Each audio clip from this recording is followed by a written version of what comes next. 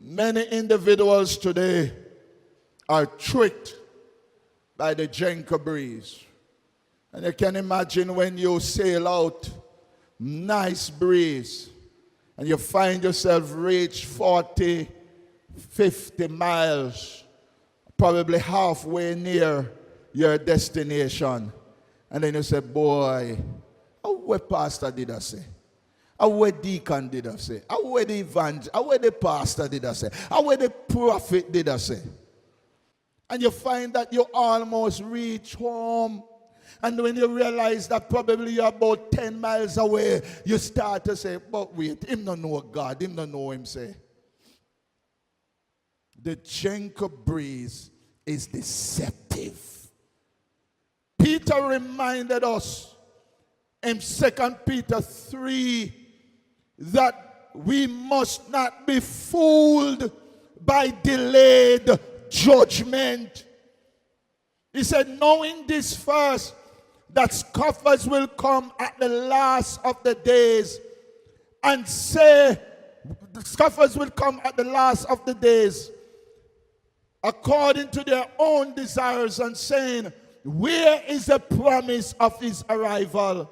For since the fathers fell asleep, all things continue in the same manner as from the beginning of creation. You know why a lot of persons continue living in sin? Because of the gentle breeze. They will tell you that from I was a boy, from my head there, my knee, my ears, say God come and up till now we can't see him. And because of delayed judgment, they continue in sin. That's the gentle breeze. I am saying to you, my brothers and sisters, the truth is the truth. Whether it's delayed or not is the truth. And we must see the delay of judgment for an opportunity to get it right. The gentle breeze and the time that the breeze blew was an opportunity for them to turn back, but they would not turn back because everything seems that it was okay. But I say to you, follow godly advice. As we look at the text, point number 4, human efforts will fail when we don't heed godly counsel. The sailors, using every known navigational skill, did everything possible to avoid the present danger. The text tells us, finding it difficult to master the ship, either by oar or by sail, they let the ship drift.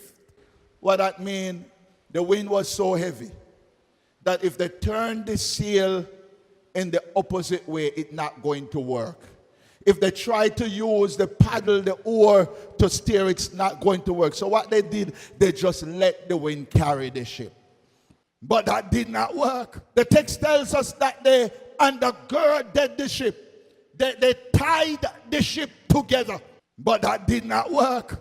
The text tells us that they lightened the ship of its cargo. They threw the goods and merchandise overboard.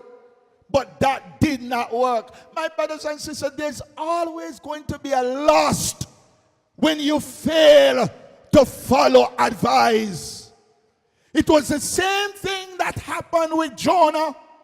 Because he disobeyed God, then those that were in the ship, they lost their cargo.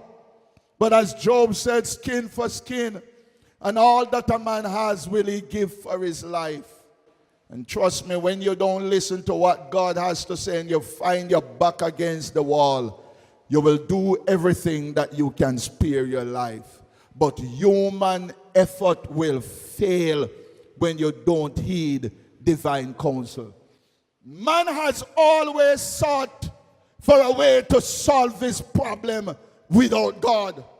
But human efforts without God's direction have always proven futile. Whatever you are going to do, you have to have the hand of God in it for it to produce a good result. The Bible tells us that when Adam and Eve sinned, what did they do? They went out and tried to cover themselves. But that was not adequate. The Bible tells us that when God came into the garden, God placed the skin of an animal upon them. The survivors of the flood, the Bible tells us that they tried to build a fortress, the Tower of Babel. They tried to build a fortress to prevent them from future destruction. But that can't work. My brothers and sisters, I wish we get this point that when we fail to follow godly advice, nothing that we do in our own strength will work. The only thing that we can do is get back to basis and see what we can apply from the advice. The storm continued, and they saw no symptom of its abatement. The means that they have used were ineffective, so that they were at their wits' end. Point number 5 and final. There is a cost for ignoring godly counsel. Could you just turn to your neighbor and tell your neighbor, there is a cost for ignoring godly counsel. When we ignore godly counsel, we will suffer setbacks and defeats. Setbacks and defeats which could have been avoided if we would have heeded the counsel in the first place. There is a cost to ignore godly counsel. And it doesn't matter how things look favorable, and it doesn't matter how things look well. There is a cost. And you know, sometimes the devil bless our wrong. Sit down good. The devil bless our wrong. The devil bless our wrong step. The devil multiply us in doing our wrongdoing. And so we believe that it is okay, but it's just merely a trap. A trap. A trap to get us. A trap to lay hold on us. A trap to get the better of us. There is a cost for ignoring godly counsel.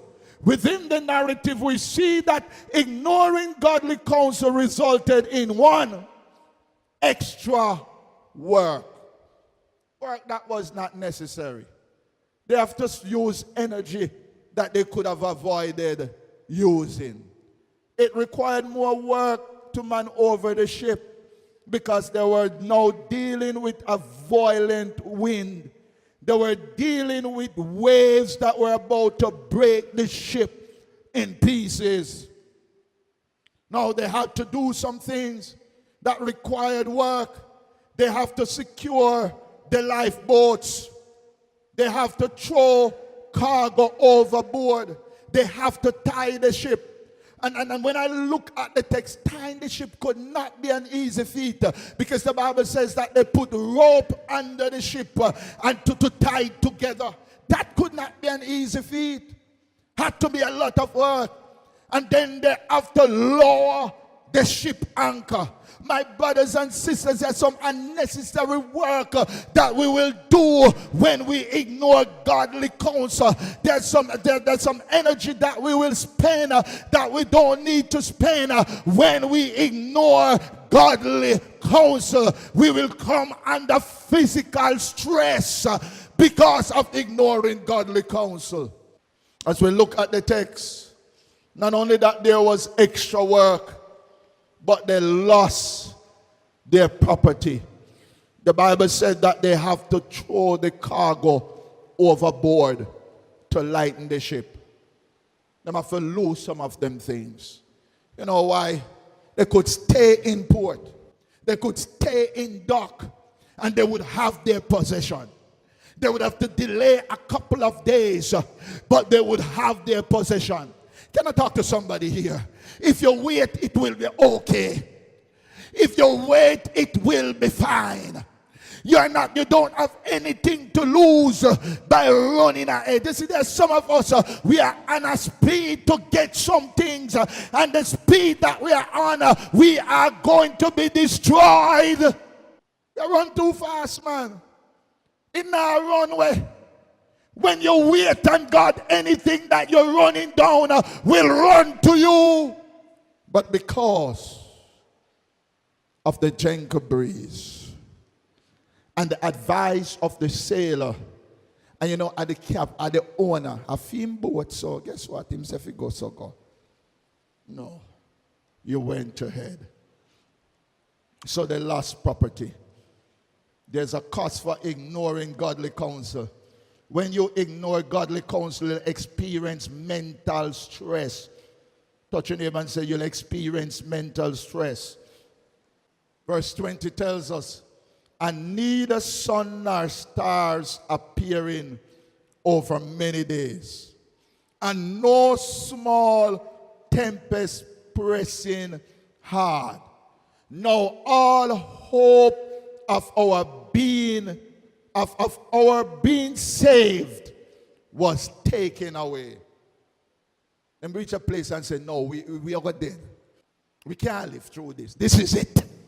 In fact, in verse 21, we read that the condition was so dim that they had no desire to eat or drink. Them lose them appetite. Them don't want no food. Because the situation darker, that is stress. And that's when we ignore God, we find ourselves into a situation where we experience stress. And some of the stress that you are going through, it is because you have not heeded godly counsel. Although it was sad, but the Bible tells us that Paul stood forth in the midst of them and said, sirs, you should have listened to me and have not set sail from Crete and have gotten this injury and loss. You should have listened to me. And now Paul said to them, and now I exhort you to be of good cheer. Go eat your food, man. Go drink some juice. Be of good cheer. For there shall be no loss of life among you. But of course, the ship are going to mash up.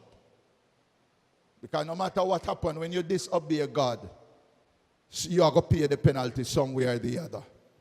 Your soul might not be lost, but there are going to be some consequences. It might be that you lose your joy. It might be lose your confidence. Something is going to happen. And the Bible tells us, so it was, that the ship was destroyed, and every man lay hold on a piece of the ship, and they floated to shore, and not a life was lost. In closing, we saw that disobedience results in disaster and destruction. They disobey godly advice, which result in disaster and destruction.